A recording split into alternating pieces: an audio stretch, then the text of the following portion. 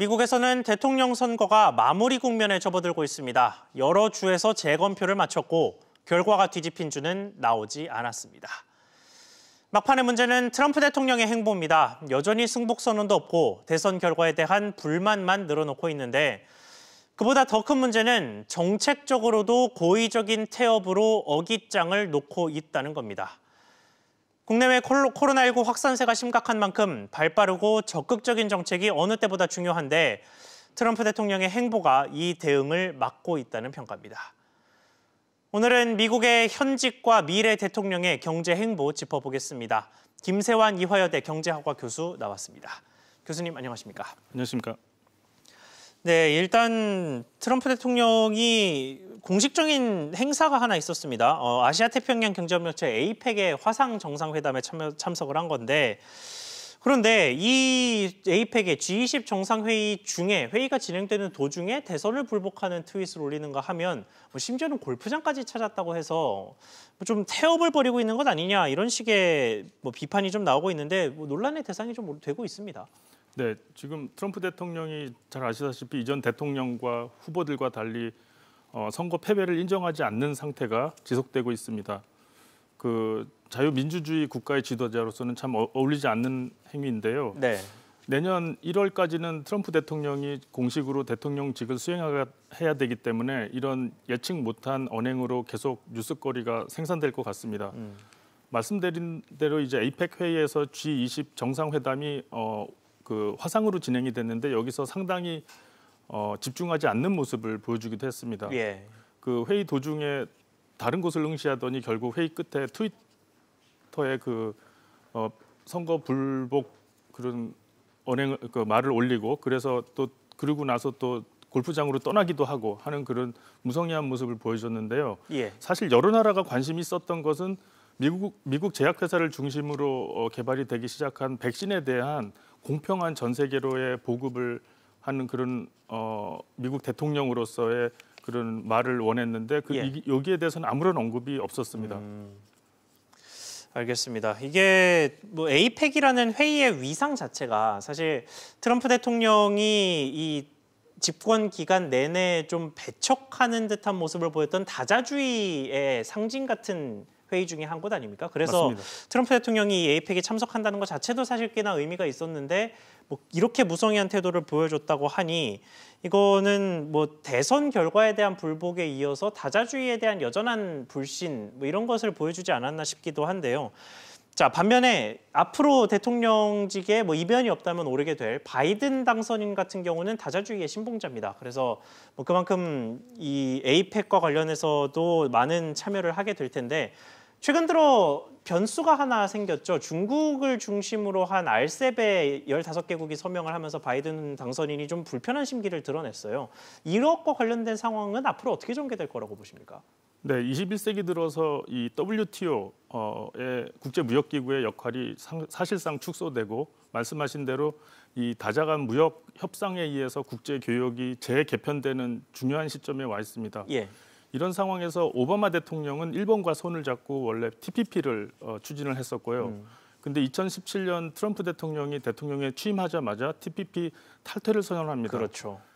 그래서 CPTPP라는 이름으로 일본이 재추진하게 된 것이고 그 반면에 중국은 국제무역의 질서를 새로 개편하기 위한 자국의 이익에 따라서 개편하기 위해서 우리나라와 손을 잡고 RCEP을 추진하였습니다. 그래서 최근에 이제 RCEP의 동의서가 모든 나라가 동의하는 그런 서명식을 갖기도 했는데요. 이런 상황이 바이든 후보로서는 중국의 국제무역 질서의 그 재편의 기회를 줬다는 의미에서 상당히 당황스러운 상황이 전개가 되고 있지만 제 생각에는 바이든 후보가 대통령에 취임하자마자 일본과 같이 TPP, CPTPP를 다시 재건하는 작업에 착수할 걸로 보입니다. 알겠습니다. 자, 그런데 중국은 좀 여유를 좀 보이는 것 같아요. CPTPP에 우리도 가입할 수 있다 이런 식의 얘기를 했는데 사실 이 TPP의 역사 자체가 오바마 전 대통령이 이 중국을 배제한 다자무역 그 망을 가치 사슬을 형성하기 위해서 TPP를 형성을 했던 거고 실제로 이게 논의 시작 때부터 중국은 좀 배제된 상태 아니었습니까? 그런데 이제 와서 중국이 우리도 들어갈 수 있다라고 여유를 부리는 게 앞뒤가 안 맞는다 이런 느낌이 좀 드는데 어떻게 보십니까? 네, 중국은 사실 그 알세벨 추진함에 있어서 그러니까 전 세계 GDP 규모로 세계 12위고 그 무역 규모로는 8위인 우리나라와 손을 잡고 알세벨 상당히 강력하게 추진을 해서 이제 성공 단계에 이르렀습니다. 예. 하지만 미국은 계속해서 중국이 국제 무역 질서의 법칙을 새로 쓰는 것을 용납할 수가 없다는 입장을 오바마 대통령부터 트럼프 대통령까지 강력하게 주장을 해왔습니다. 예. 그런 상황에서 지금 알셉이 15국이 포함된 주요국이 포함된 알셉이 성공리에 마무리되면서 중국으로서는 상당히 여유가 생긴 모습이어서 결국 CPTPP에 가입을 하더라도 중국 입장에서는 더 이상 손해볼 게 없다는 그런 전략적인 생각을 하고 있습니다.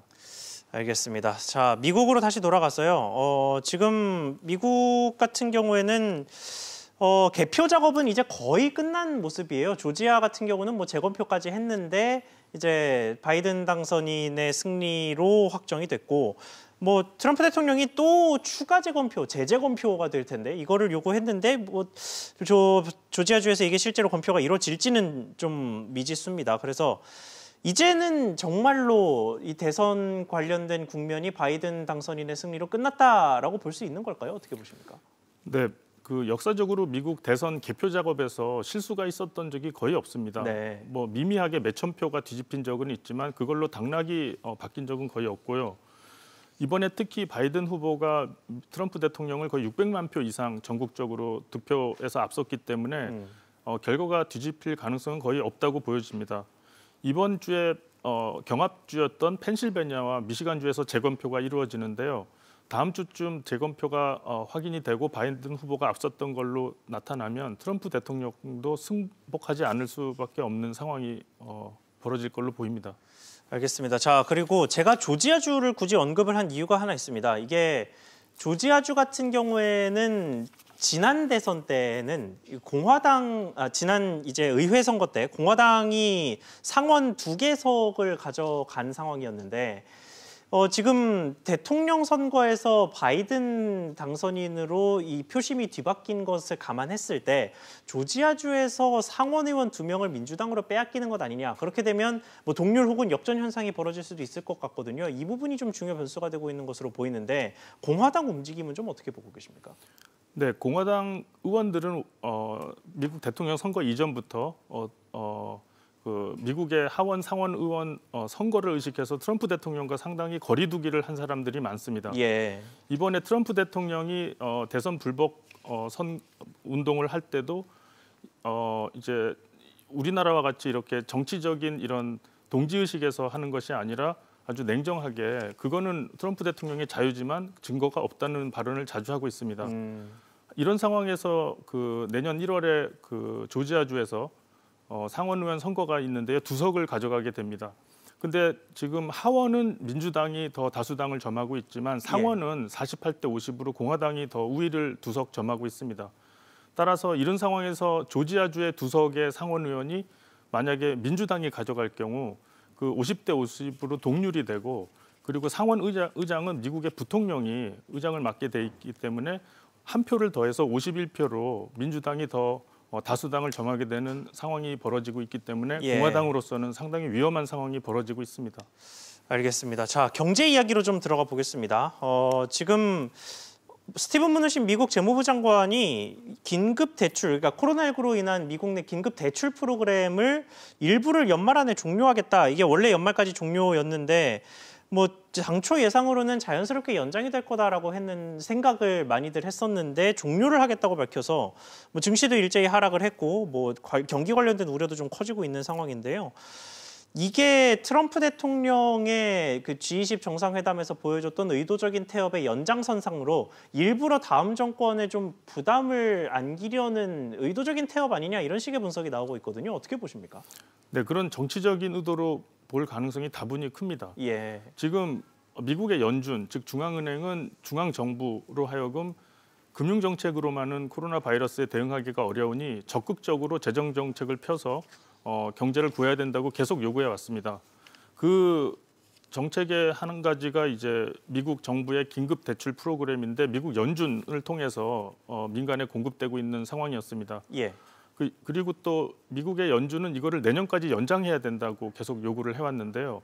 갑자기 예상치 못하게 문우신 재무장관이 이 프로그램을 종료하고 쓰다 남은 예산을 다 반납하라고 요구를 했습니다. 네. 미국 연준은 당연히 돈을 주었던 정부가 그렇게 하라니까 따르겠다고 약속은 했는데 이러한 상태가 지속되면서 미국 주식시장이 S&P 500 경우에는 0.7% 지난 금요일 날 하락하기도 했습니다. 예. 제 생각에는 바이든 정부가 1월에 취임을 시작하면은 이 긴급 대출 프로그램은 다시 회복시키지 않을까 생각하고 있습니다. 알겠습니다. 그 사이에 공백 동안 발생할 경제 피해가 좀 우려가 되는데 어떻게 될지 좀 지켜봐야 되겠고요. 자, 바이든 당선인의 행보도 좀 짚어보겠습니다. 지금 현지 시간으로 내일, 아마 우리 시간으로는 내일 밤 혹은 모레 새벽쯤이 되겠습니다만 바이든 당선인의 첫 내각 인선이 발표가 된다고 합니다. 그렇게 비서실에서 공식적으로 발표를 했고요. 이제까지 주로 백악관 내 인선을 했던 것에서 처음으로 이제 내각 인사가 발표가 되는 건데 뭐 그간 하마평에 오른 인물들이 꽤 있기는 했습니다만 이게 좀 좁혀지는 모습이 최근 들어 나오고 있는 것 같더라고요. 어떻게 왜 전망이 되고 있습니까? 네, 아마도 바이든 정부는 그 미국의 다민족 사회를 존중하는 정권이기 때문에 다양한 인종, 다양한 배경에서 내각을 구성하기라고 생각합니다. 예. 특히 여성 후보에 대해서 되게 그 고마움을 표하고 있기 때문에 여성 그 전문인들도 많은 입각을 하리라고 보입니다. 그 제일 중요한 자리가 이제 우리나라 입장에서는 재무부 장관과 국무장관인데 아마도 예. 지명이 된 걸로 나오고 있는데 누가 될지는 아직 밝혀지지는 않고 있습니다. 네.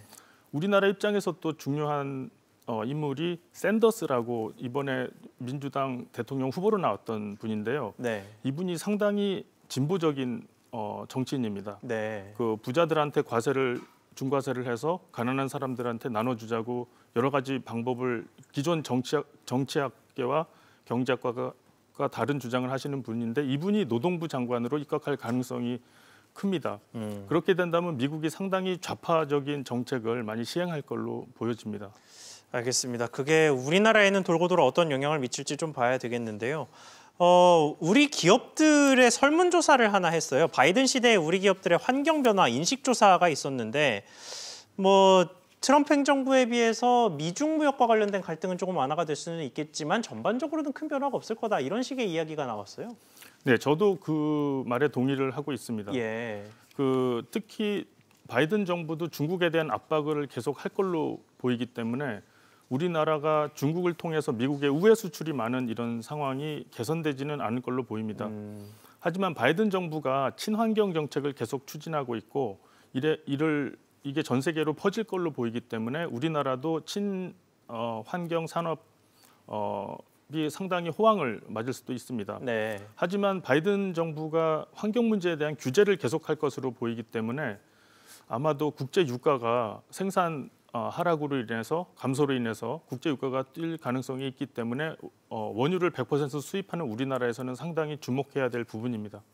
알겠습니다. 관련된 움직임이 어떻게 나올지 좀 지켜봐야겠습니다. 자, 그럼 마지막으로 지금 수도권 거리두기가 내일부터 2단계로 격상이 되셨습니까? 미국도 지금 코로나19 상황이 심각한데 방역과 경제 두 마리 토끼를 다 잡을 수 있는 묘수가 어떤 게 있을지 간략하게 하나만 소개를 좀 해주십시오. 네, 제 생각에는 일단 정부가 단기 성과에 급급하지 말고 이 코로나 바이러스 사태가 상당히 중장기로 갈 충격이기 때문에 중장기적인 관점에서 방역과 경제 회복 중에서 어디에 그 우선순위를 둘지를 명확히 해야 됩니다. 네. 여기서 왔다 갔다 하면서 혼란하면은 상당히 국민도 피해를 크게 받을 것으로 보입니다. 또한 단기적으로는 행정력을 총동원해서 어려움에 처한 그 가게나 그리고 기업들에게 미시적인 도움을 줘야 될 것으로 보입니다. 또한 이런 코로나 바이러스 사태가 2년 이상 지속이 된다면 아주 파격적인 재정 지출을 통해서 하다못해 중앙은행의 발권력까지 동원할 수 있는 재정 정책을 통해서 이 위기를 극복해야 될 것으로 보입니다. 알겠습니다. 일단은 코로나19 사태가 2년 이상 지속이 안 됐으면 그게 제일 좋겠죠. 네, 오늘 말씀 여기까지 듣겠습니다. 지금까지 김세환 이화여대 경제학과 교수와 함께했습니다. 교수님, 오늘 말씀 감사합니다. 감사합니다.